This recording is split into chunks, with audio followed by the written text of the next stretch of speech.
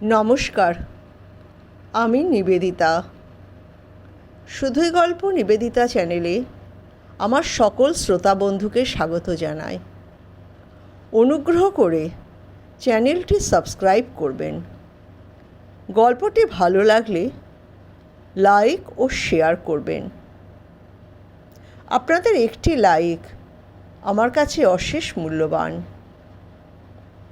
আপনাদের একটি সাবস্ক্রিপশন আমাকে একটি নতুন গল্প লিখতে উৎসাহিত করে।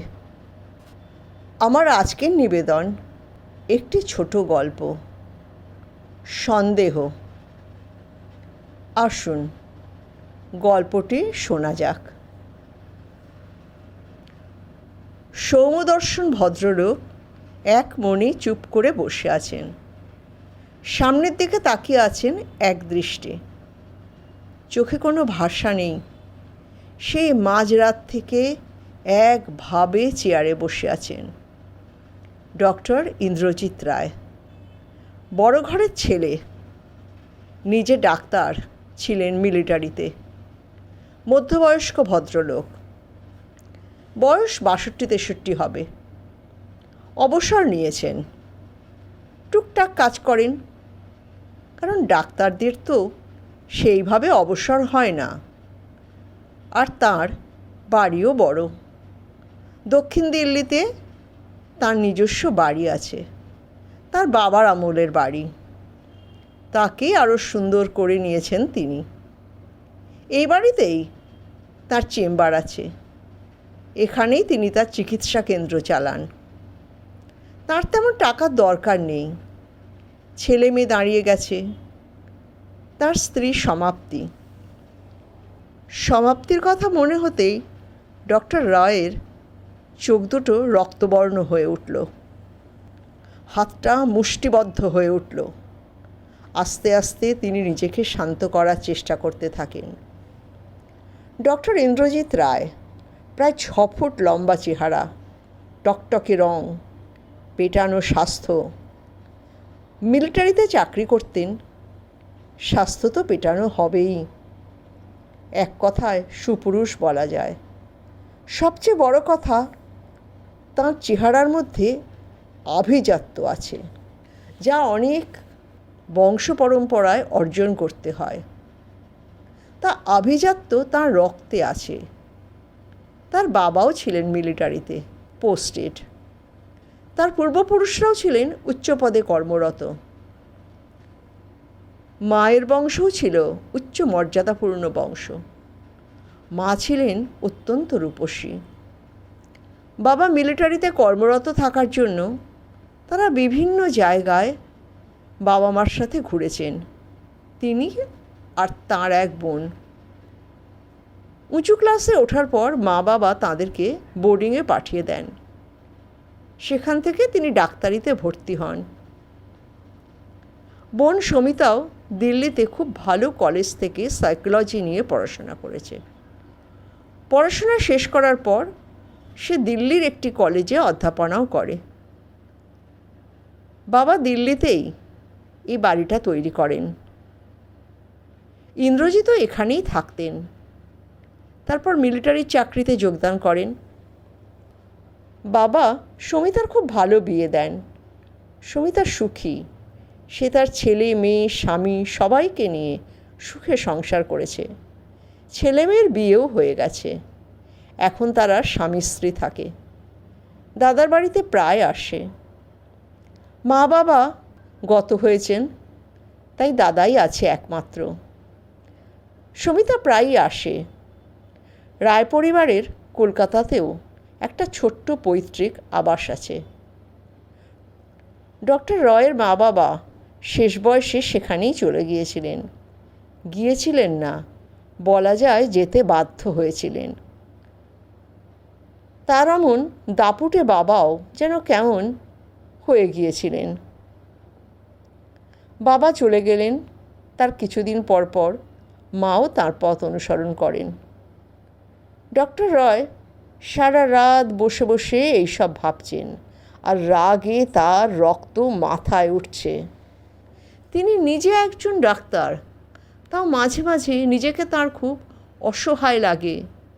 তাঁর এই 30 বছর বয়স থেকে জীবনটা নিজের ছন্দে আর চলেনি। নিজে পছন্দ করেই বিয়ে করেছিলেন সমাপ্তিকে। তিনি তখন দেরাদুনে পোস্টেড ছিলেন। সমাপ্তি ওখানকার স্কুলের টিচার ছিল। খুব উচ্চশিক্ষিতা মেয়ে, টান টান চেহারা, সুন্দরী। যে একবার তাকাবে সে তাকিয়েই থাকবে। তিনি নিজেও তো কম সুন্দর ছিলেন না। তিনি সমাপ্তিকে দেখে মুগ্ধ হয়েছিলেন। সমাপ্তির বাবাও মিলিটারিতেই ছিলেন কর্মরত। তাই ইন্দ্রজিৎ ভেবেছিলেন সেও তাদের মতোই খোলা মনের হবে, প্রসারিত মনের হবে। তার বাড়িতে এসে সবার সঙ্গে মানিয়ে নেবে। তার বাবা মা, যারা সারা জীবন বাইরে বাইরে থেকেছেন, অত্যন্ত খোলা মনের, কারো জীবনে কোনো দিন কোনো অসুবিধা সৃষ্টি করেননি, তাদের সঙ্গেও সমাপ্তি মানাতে পারেনি। ইন্দ্রজিৎ অসম্ভব ভালোবেসে ফেলেছিলেন সমাপ্তিকে। সমাপ্তিকে ছাড়া নিজেকে ভাবতেও পারতেন না। সমাপ্তি ছিল তার ভালোবাসা। তার মা তাকে একবার বলেছিলেন, ইন্দ্র, ভালো করে বুঝে দেখ, তারপর বিয়ে করিস। ওকে আমার একটু জেলাস মনে হয়। মার রুচিবোধ মাকে এর থেকে বেশি কটু কথা বলতে বাধা দিয়েছিল। মার জিভ আটকে গিয়েছিল। ইন্দ্রজিৎ তখন সমাপ্তিতে এমন মশগুল ছিলেন যে মাকে ঠিকমতো অনুধাবন করতে পারেননি। সমাপ্তি তার জীবনে আসলো যখন, তখন তার বয়স 30। সমাপ্তি 25-26 হবে। প্রথমে বিয়ের নেশায় মুগ্ধ হয়েছিলেন। কোনো অসঙ্গতি তার চোখে পড়েনি। সমাপ্তি দিল্লিতে একটা ভালো স্কুলে চাকরি পেয়ে গেল। তাদের বাড়িও নিজেদেরই আছে দিল্লিতে। সমাপ্তির বাড়ি দেরাদুনে, খুব দূর নয়। ইন্দ্রজিৎ ভাবলেন সব কিছুর কি সুন্দর সমাধান হয়ে গেল। মানুষ ভাবে এক, হয় এক। সমাপ্তির ইচ্ছা হলে চাকরি করবে, না হলে তার সঙ্গে তার কর্মস্থলে চলে যাবে, কোনো অসুবিধা নেই কোথাও। আর দিল্লিতে থাকলেও তো অসুবিধা নেই, মা বাবা তো আছেনই। বছরখানেক বিয়ের নেশায় বুঁদ হয়ে কেটে গেল। সমাপ্তি দিল্লিতেই চাকরি করছিল। মাঝে মাঝে তার কাছেও চলে যেত। ভালোই কাটছিল। বছরখানেক কাটতে না কাটতেই ইন্দ্রজিৎ উপলব্ধি করলেন যে সমাপ্তির একটা ইনসিকিউরিটি আছে। তার কারণটা যে কি তিনি নিজে ডাক্তার হয়েও বুঝতে পারেন না। দিল্লিতে বাড়িতে অবাধ স্বাধীনতা। তার মা কোনো ব্যাপারে মুখ খোলেন না। বোন সমিতা নিজের সংসার, চাকরি নিয়ে ব্যস্ত থাকে। তাহলে সমাপ্তির সমস্যাটা কোথায়? সমাপ্তি তাকে যখন তখন ফোন করে। যখন হাসপাতালে তিনি ব্যস্ত, তখন সমাপ্তির ফোন বেজে ওঠে। বারণ করলেও শোনে না। হঠাৎ জিজ্ঞেস করে, তোমার কাছে কি সেই নার্সটা আছে? ইন্দ্রজিৎ বিরক্ত হয়ে যান। বুঝতে পারেন না কি করবেন। কয়েকদিন বাড়ি এসে ঘুরে যান। বাড়ি এসেও শান্তি পান না। সমাপ্তি তাকে ক্ষতবিক্ষত করে। তার বোন সমিতা তাকে বলে, দাদা, তুই সঙ্গে করে নিয়ে যা। বৌদি তোকে নিয়ে ইনসিকিউরিটিতে ভোগে। সমাপ্তি চাকরিও ছাড়তে চায় না। সমিতা যদি বেশি বাড়ি আসে, তাতেও সে বাঁকা চোখে তাকায়। মায়ের সাথে বসেও গল্প করা যায় না। সে ভাবে তাকে নিয়ে কথা হচ্ছে। এমন সময় সমাপ্তির সন্তান সম্ভবা হয়। ভাগ্যক্রমে ইন্দ্রজিতের বদলি হয় পুনেতে। সে মাকে বলে, মা, আমাদের তো কোনো অসুবিধা নেই, আমি সমাপ্তিকে নিয়ে যাচ্ছি। মাও খুব খুশি। মা বলেন, হ্যাঁ তাই যা বাবা, আমরাও একটু কলকাতা থেকে ঘুরে আসি। সেই যে মারা কলকাতায় চলে গেলেন, আর আসেননি। ওখানেই সেটেল হয়ে গিয়েছিলেন। পুনেতে এসে ইন্দ্রজিৎ আর সমাপ্তি নতুন সংসার পাতল।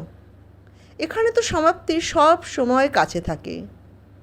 সে সন্তান সম্ভবা বলে ইন্দ্রজিৎ তার খুব খেয়াল রাখেন, কিন্তু সমাপ্তির মনের কোনো তল পান না। এই একটা ক্ষেত্রে ডাক্তার হয়েও তিনি ব্যর্থ।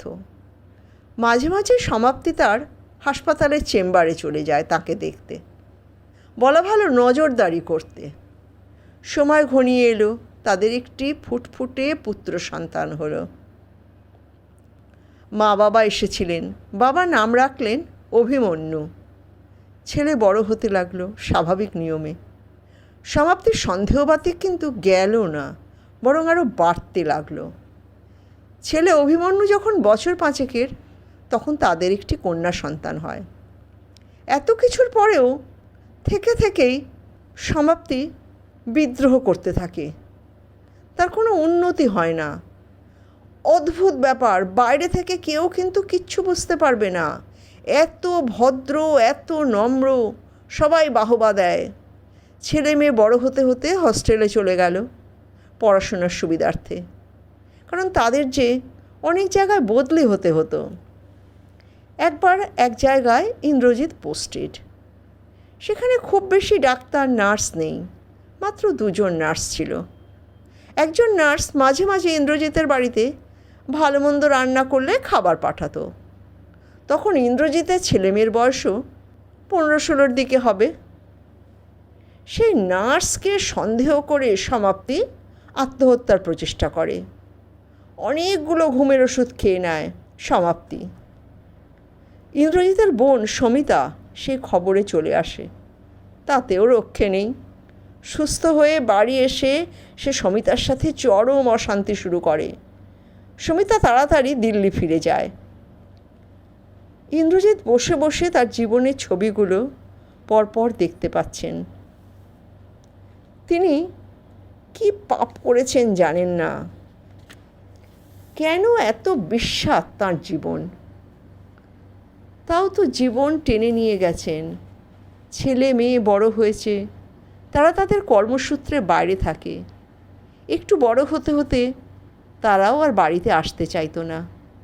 মায়ের এত অসহিষ্ণুতা দেখে, এত সন্দেহবাতিক বাবাকে নিয়ে, মায়ের সঙ্গে তাদের কোনো প্রীতির সম্পর্ক, কোনো সখ্যতার সম্পর্ক গড়েই উঠল না।